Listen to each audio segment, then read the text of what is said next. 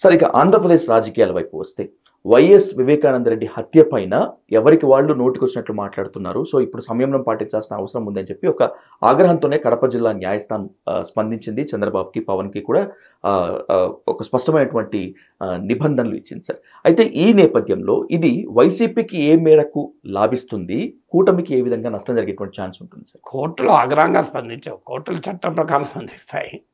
ఎందుకంటే చట్టం ప్రకారం ఒక వ్యక్తి నేరం నిరూపించేంత వరకు నిందితుడే, నేరస్తుడు కాదు.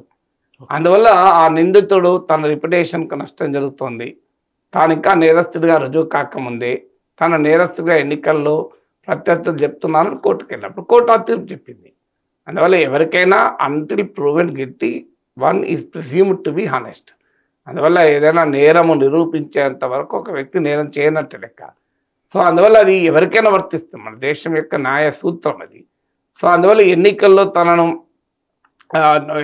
నేరం నిరూపించబడకపోయినా తన నేరస్తులుగా చూపుతున్నారు, ఇది తనకు నష్టం జరుగుతుంది అనేది పిటిషనర్ వాదన. దాన్ని కోర్టు అంగీకరించి ఎవరితో మాట్లాడద్దన్నారు.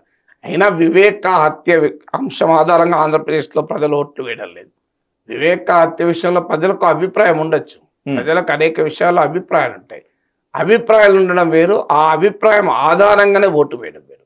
ఈ రెండింటి మధ్య చాలా తేడా ఉంది. ఇప్పుడు అమరావతి కావాలని అభిప్రాయం ఉండొచ్చు, 3 రాజధానులు ఉండాలని ఇంకొక అభిప్రాయం ఉండొచ్చు.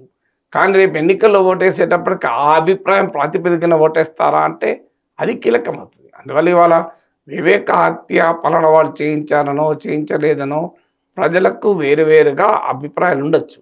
కానీ ఆ అభిప్రాయాలే ప్రజల ఓటింగ్ సరళిని నిర్ణయించే పరిస్థితి ఉంటుందా? ఆంధ్రప్రదేశ్ ప్రజలందరికీ జీవన్మరణ సమస్యగా, ఇవాళ రాజకీయంగా తేలాల్సిన సమస్యగా వివేక హత్య ఉంటుందా? అందువల్ల వివేక హత్య is one of the issues తప్ప దాన్ని బట్టే రాజకీయాలు శాసించబడతాయి. ఎన్నికల్లో ప్రజల తీర్పు ఆధారపడి ఉంటుంది. దాని మీద మాట్లాడితే ఒక రకంగా, మాట్లాడకపోతే ఒక రకంగా ఉంటుందని అనుకో.